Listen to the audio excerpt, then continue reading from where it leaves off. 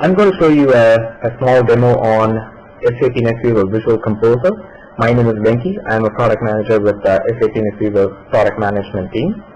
SAP NetWeaver Visual Composer, it's a model-driven approach to building lightweight composites or applications. When I say model-driven, it means it's a code-free development environment. That is, you need not know any high-level programming language like the Java or ABAP because you will not be writing any code to develop or compose rather applications. It's a browser-based. As you can see, this is the logon page for Visual Composer. It's browser-based, so you don't have to have any thick client in your front end. And this tool basically is targeted towards business process analysts or business experts. That is, one who has fair knowledge about how the business functionality works, and with little bit of exposure to the IT functionality. That is, you need not know programming language, but you should have an idea of how the functionality is represented in the backend systems. So with that, let's get started with the demo. Let me log into the Visual Composer tool. As you can see, the Visual Composer storyboard designer runs on the browser, and you have to create something called a model. And I'm going to create a model called UPE Venky Demo, and this is where we are going to design our or compose our application. Okay, and this is a place this is called a storyboard designer, and this is where we are going to design our application. So we need to first of all create a page. This is equivalent to the portal page because the result of the Visual Composer, the application that we compose, is targeted to be executed in a portal environment. And the demo that we are going to show today is a flight search demo. We are going to make use of a couple of backend systems to consume some of the services provided by these backend systems, and then check the list of flights available and possibly the availability. So once we create a page, we need to create something called an iView. iView is the smallest unit of UI that is displayed in the portal, and I'm going to call this as flight search iView. And once you drill down into it, on the top you can see the breadcrumbs, the navigation, and this is the iView, and that's the page, and that's my model. So you can click on it and you can directly navigate to these objects. So first of all, let's try to find where our business logic is residing and how to make use of it. So we go into the find data area, and you can access a number of backend systems to consume these services. Some of the examples could be an R3 or MySAP ERP system, or typically any ABAP-based SAP application system, or BI system, or web service system, or database system, and things like that. So first of all, we are going to talk to a backend R3 system, and that is called W64800. I've already defined this service. This is typically defined as a system area in the portal, and what we're going to look for is a BAPI, and the BAPI, we are going to search for a BAPI starting with BAPI star flight star list, any BAPI containing this pattern, and it found two. So it could be a BAPI, or you can make use of an RFC as well. So I'm going to make use of this BAPI. A BAPI is a business application programming interface that is this business API, which contains the business functionality. It could be something like ATP, available to promise check, or creating a sales order, or retrieving purchase order information, and things like that. So the BAPI takes some input parameters and returns some output parameter and performs some actions in the backend system. And here in Visual Composer, you can pick and choose which set of input parameters you want to pass in. For example, in this case, I'm interested in giving or passing the airline ID, for example, Lufthansa or American Airlines, and I'm interested in looking at list of flights available for this airline code. And it shows what are the different fields available in the flight list. And let's say we are interested in the airline ID, airport from, airport to, and connection ID, which is the flight number and the flight date. Okay, and say OK. It has created a service for me, which has an input point and the flight list, which is the output point. So input, how do you pass input to this? Using an UI, right? You have to design a UI and put some input boxes, some labels, and push buttons and things like that, right? You need not do everything starting from the scratch. Visual Composer does it for you. All you have to do is drag this guy and drop it here, which prompts you what do you want to do with it. You say, create an input form for me automatically. Now we are in Design tab, right? If you navigate to the Layout tab, you can see it has automatically created an input form for you, wherein you can enter the airline ID and click on the Submit button. And once the Submit button is clicked right here, and the BOPI will be invoked. And the BOPI returns a list of flights, right?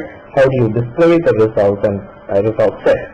Again, drag and drop, and you can either display the result in the form of a chart or a table. Let's say we choose show me the results in the form of a table. If you again go back to the layout, it has created a table for me.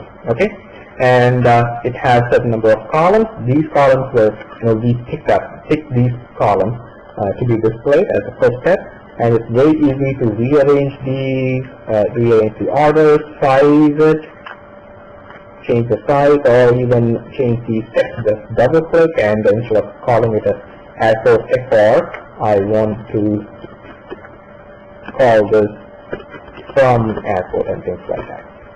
Okay, so let me go back.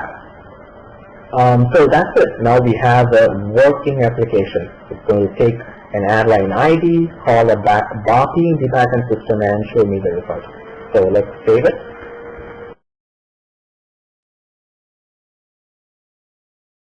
Let us deploy the application. You can either just compile it or compile and deploy it.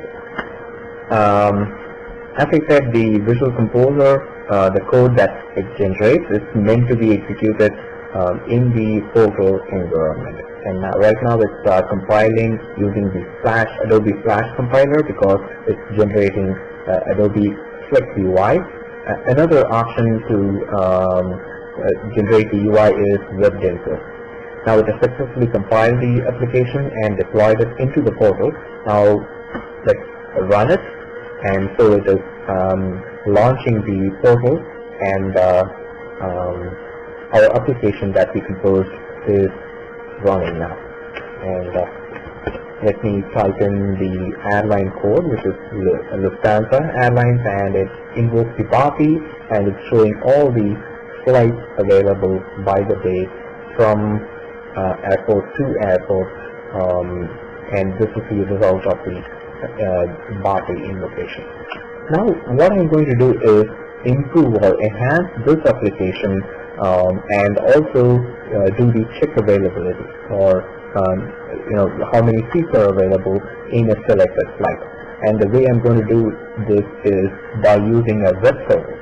If you are not already familiar with the web service is a vendor-neutral way of communicating from one system to another. That is, if you have a heterogeneous system landscape, for example, you have a Oracle, PeopleSoft system, SAP systems, and for example, mainframe system. How do you communicate from one to another? Do you have to know the proprietary protocol and communication technologies? For example, do you have to know RFC in order to communicate with SAP, or CPIC programming in order to communicate with mainframe? Not really. If the respective platform supports something called a web service, then you can consume that web service in a vendor-neutral fashion service. And by the way, web service is the basic underlying technology for the enterprise service-oriented architecture. So now we are going to consume a web service, to check the flight availability. So for that, I'm going to again talk to a backend system called web service system. If you go to the tools menu, you can define a web service system here.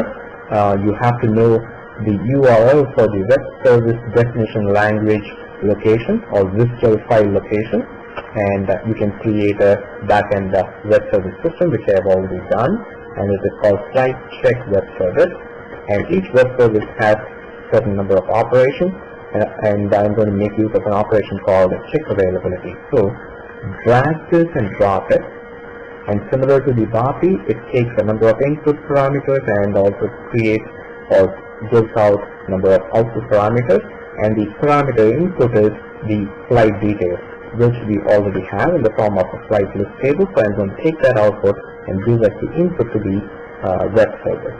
Okay, and we have to do something called data mapping. That is, the input parameter for the web service is going to be passed from the BAPI output. So the airline code is going to be the airline ID of the BAPI. The flight number is nothing but the connection ID, and the flight date. Let's say the web service is expecting the flight date in a certain format. Is it possible to massage the data? Yes, it is possible. Visual Composer provides you a number of functions to do that.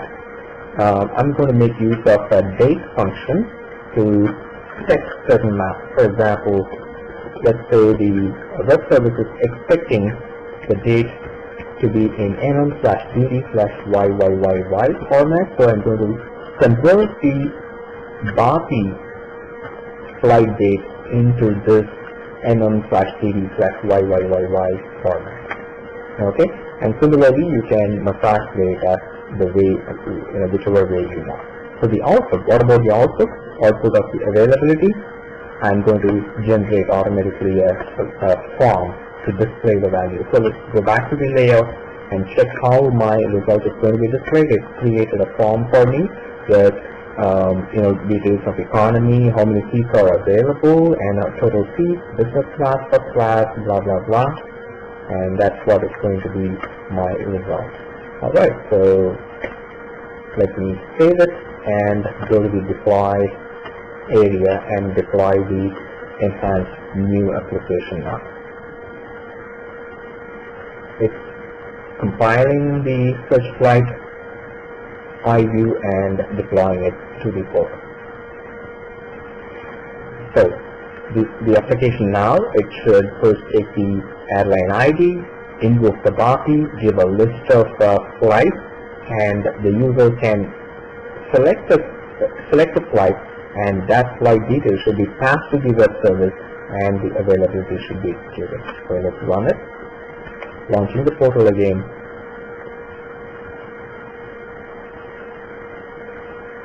And this is the cool Adobe Flash UI.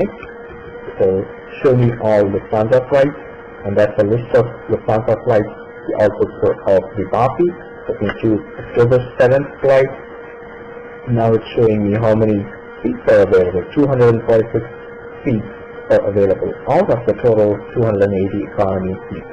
And similarly for business class as well as for first class. So now you understand how easy it is to create or compose lightweight applications by accessing a number of backend systems like any ABAP-based system. You can make use of RFCs and BAPIs, or web service, or accessing databases, or even accessing VI backend systems and making use of the input queues and vector codes and ODS and other kinds of objects.